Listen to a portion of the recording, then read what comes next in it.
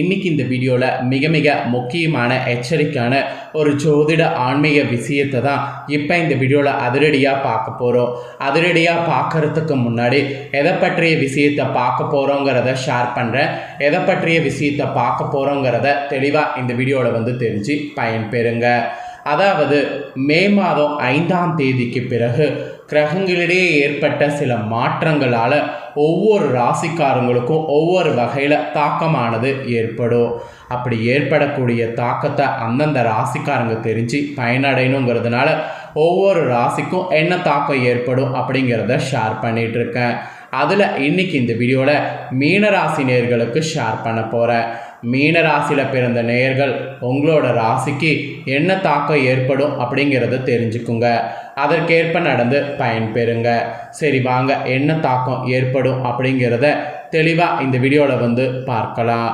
அது பார்க்கறதுக்கு முன்னாடி என்ன தாக்கம் நடந்ததுங்கிறத உங்களுக்கு கிரகங்களிடையே சொல்லிடுறேன். முதல்ல அதை நோட் பண்ணிக்கோங்க. மே ஸ்டார்ட் ஆகிறதுக்கு முன்னாடி ஏப்ரல் மாதம் கடைசியாக அந்த ஒரு விஷய நாளானது வந்தது. ஏப்ரல் 30ஆம் தேதி தான் அந்த அற்புதமான நாள். அன்று தமிழ் மாதத்தில் சித்திரையுடைய 17ஆம் தேதி கிழமை புதன்கிழமை. அன்று அப்படி என்ன அற்புதமான நாள் அப்படின்னு பார்த்தீங்கன்னா, அன்று அக்ஷய திருதியானது வந்தது.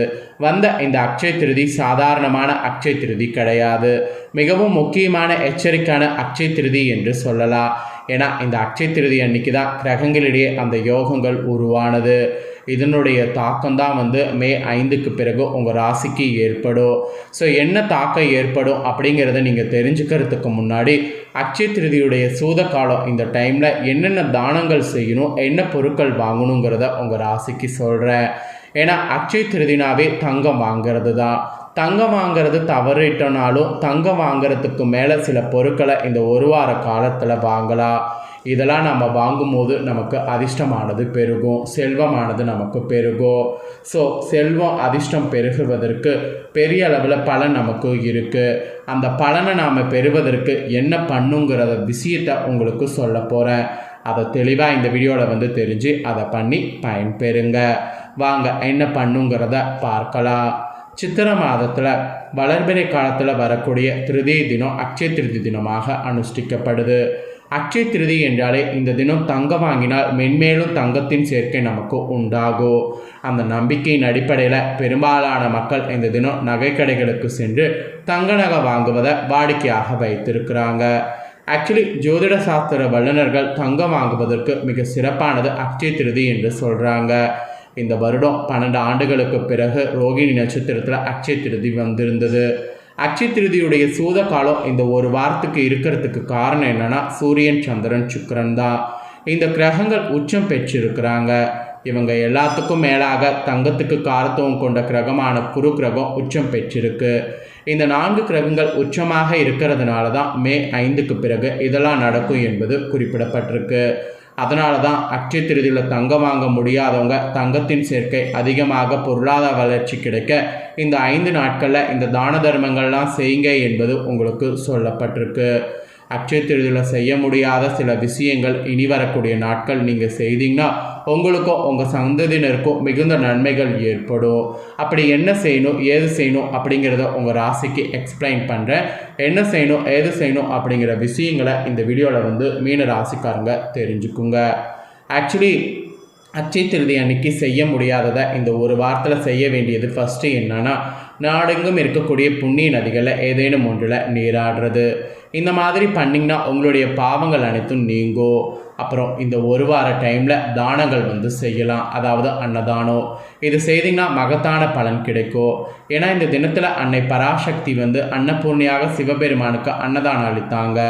அதனால் இனி இந்த ஒரு வார காலகட்டத்தில் அன்னதானம் அளித்தா நல்லது. நீங்கள் இனி வரக்கூடிய நாட்கள் கிருஷ்ண பரமாத்மாவை வழிபாடு செய்யணும். அதுலேயும் மனதில் வழிபாடு செய்யணும். அப்படி செய்தீங்கன்னா நினைத்த காரியங்கள் அனைத்தும் நினைத்த வேகத்தில் நமக்கு நிறைவேறும். அப்புறம் அக்ஷய திருதியுடைய நாளில் நம்ம மெயினாக ஒன்று செஞ்சுருக்கணும். அது என்னென்னா தானம். அதை செய்ய முடியாதவங்க இந்த ஒரு வாரத்தில் உணவு தானியங்கள் தானம் செய்யலாம். இதனால் அகால மரணம் ஏற்படுவதிலிருந்து நீங்கள் தப்பிக்கலாம். அப்புறம் இந்த ஒரு வார டைமில் முன்னோர்களுக்கு தர்ப்பணம் செய்யலாம். இதெல்லாம் செய்திங்கன்னா குடும்பத்தில் ஏற்படக்கூடிய வறுமை நிலையானது உங்களுக்கு நீங்கும். அப்புறம் இந்த ஒரு வார காலகட்டத்தில் ஏழைகள் மாற்றுத்திறனாளிகள் ஆதரவற்றவர்களுக்கு நீங்கள் தான தர்மங்கள் செய்தீங்கன்னா உங்களுடைய 7 தலைமுறைக்கு புண்ணியம் சேர்ப்பதாக அமையும். என்னெல்லாம் தானம் செய்யலாம்னா புத்தாடை தானம் செய்யலாம். இது செய்தீங்கன்னா நீண்ட காலமாக இருக்கக்கூடிய நோய்கள் நீங்கும். அப்புறம் கோவில்களுக்கு கற்பூர தானம் செய்யலாம். இது செய்தீங்கன்னா மறுபிறவியில் அரச வாழ்வு உங்களுக்கு கிடைக்கும். அப்புறம் தாமரைப்பூ மல்லிகைப்பூ போன்றவற்றை தானம் செய்யலாம். இது மறுபிறவியில் மன்னர்கள் குலத்தில் பிறக்கக்கூடிய பாக்கியம் உண்டாகும். அப்புறம் தாளம்பூ தானம் செய்யலாம். இது மகாவிஷ்ணுவுடைய பூரணமான அருட்கடாட்சம் உங்களுக்கு கிடைக்கும். அப்புறமேட்டு வாசன திரவியங்கள் பாக்கு பழங்கள் போன்றவற்றை தானம் செய்யலாம். இது தானம் செய்தீங்கன்னா வேலையில் இருப்பவர்களுக்கு பதவி உயர்வு கிடைக்கும். அப்புறம் மோர் இளநீர் குடிநீர் போன்றவை தானம் செய்யலாம். இதை செய்தீங்கன்னா முன்ஜென்ம பாவங்கள் நீங்கி வாழ்வில் சிறப்பான முன்னேற்றம் காண முடியும். இந்த மாதிரி தானங்கள்லாம் செய்தீங்கன்னா இந்த மாதிரி அற்புதமான பலன்கள் பெற முடியும். எல்லாத்துக்கும் மேலே இந்த ஒரு வார காலகட்டத்தில் சிறிதளவு வெள்ளி வாங்க முடிஞ்சால் வாங்குங்க. இதனால் நவக்கிரகங்களில் சந்திர பகவானுடைய அருள் கிடைக்கும். மெயினாக சரும நோய்கள் மனக்குழப்பம் நிம்மதியின்மை போன்றவை உங்களுக்கு நீங்கும்.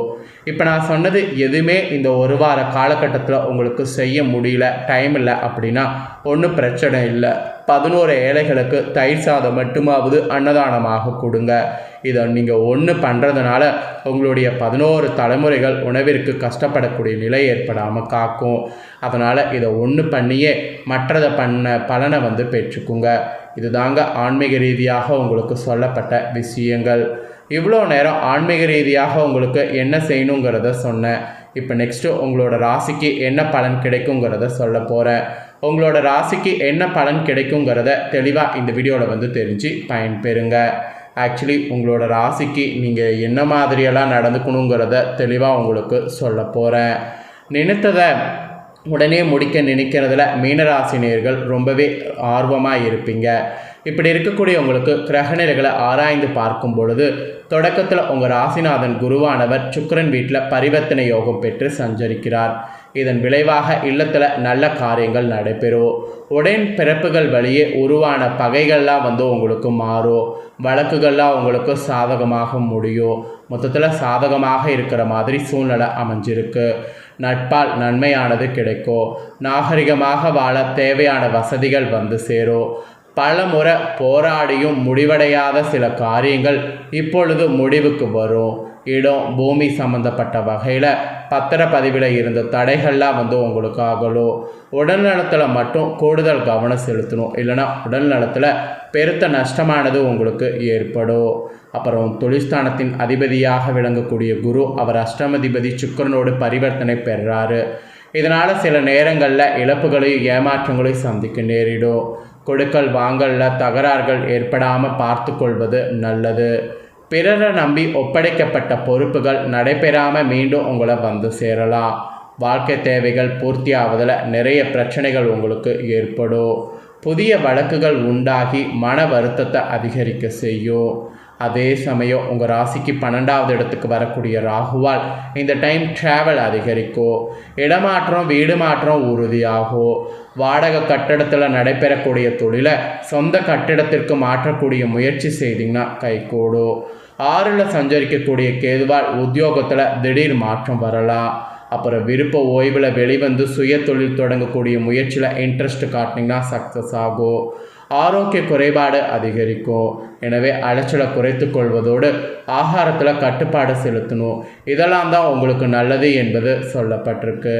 இப்படியெல்லாம் இருந்தீங்கன்னா உத்தியோகத்தில் நல்ல முன்னேற்றம் ஏற்படும். மேலா அதிகாரிகள் நுணுக்கங்கள் எல்லாம் கற்றுக் கொடுப்பாங்க. அதை கற்றுக்க முடியும். காது குத்து விழா கல்யாணம் போன்ற சுப நிகழ்ச்சிகள் இல்லத்தில் நடைபெற வழியும் பிறக்கும். அரசு வேலைக்கு முயற்சித்தவர்களுக்கு அது கைகூடும். கடல் தாண்டி சென்று பணிபுரிய வேலைக்கு விண்ணப்பித்தவர்களுக்கு சலுகை கூடும். விருப்பங்கள் நிறைவேறும். ஸோ நான் சொன்னது போல் நடந்து பலன் பெறுங்க. ஸோ உங்களுக்கான பலனை நீங்கள் தெரிஞ்சு பலனடைஞ்சது போல் உங்கள் ஃப்ரெண்ட்ஸ் ஃபேமிலியில் இருக்கிறவங்களும் பலன்கள் தெரிஞ்சு பயனடையணும்னு நினச்சிங்கன்னா வீடியோ லைக் பண்ணி ஷேர் பண்ணுங்கள். உங்கள் ஃப்ரெண்ட்ஸ் ஃபேமிலியில் இருக்கிறவங்களும் வீடியோ பார்க்கட்டும். அவங்களும் அவங்களோட ராசி மீன ராசியாக இருந்ததுன்னா இந்த தாள்களை தெரிஞ்சு இதற்கேற்ப நடந்து பலனடைவாங்க. ஸோ கண்டிப்பாக வீடியோ லைக் பண்ணி ஷேர் பண்ணுங்கள். உங்கள் ஃப்ரெண்ட்ஸ் ஃபேமிலியில் இருக்கிறவங்களும் பார்த்து பலனடையட்டும். நெக்ஸ்ட்டு நம்ம சேனலில் நிறைய முக்கியமான வீடியோலாம் போடப்படும். அதை எல்லாத்தையுமே உடனுக்குடனே தெரிந்து கொள்ள மறக்காமல் நம்ம சேனலை சப்ஸ்கிரைப் பண்ணுங்கள், கூட பெல் பண்ண ப்ரெஸ் பண்ணுங்கள். அதை பண்ணிட்டீங்கன்னா இனி நான் போகிற மாட்டேன் அப்படின்னா எல்லா வீடியோஸும் உடனுக்குடனே தெரிந்து கொண்டு பயனடையலாம். ஸோ மறக்காமல் பண்ணுங்கள். நெக்ஸ்ட்டு வேறொரு வீடியோவில் உங்களை சந்திக்கிறேன். நன்றி.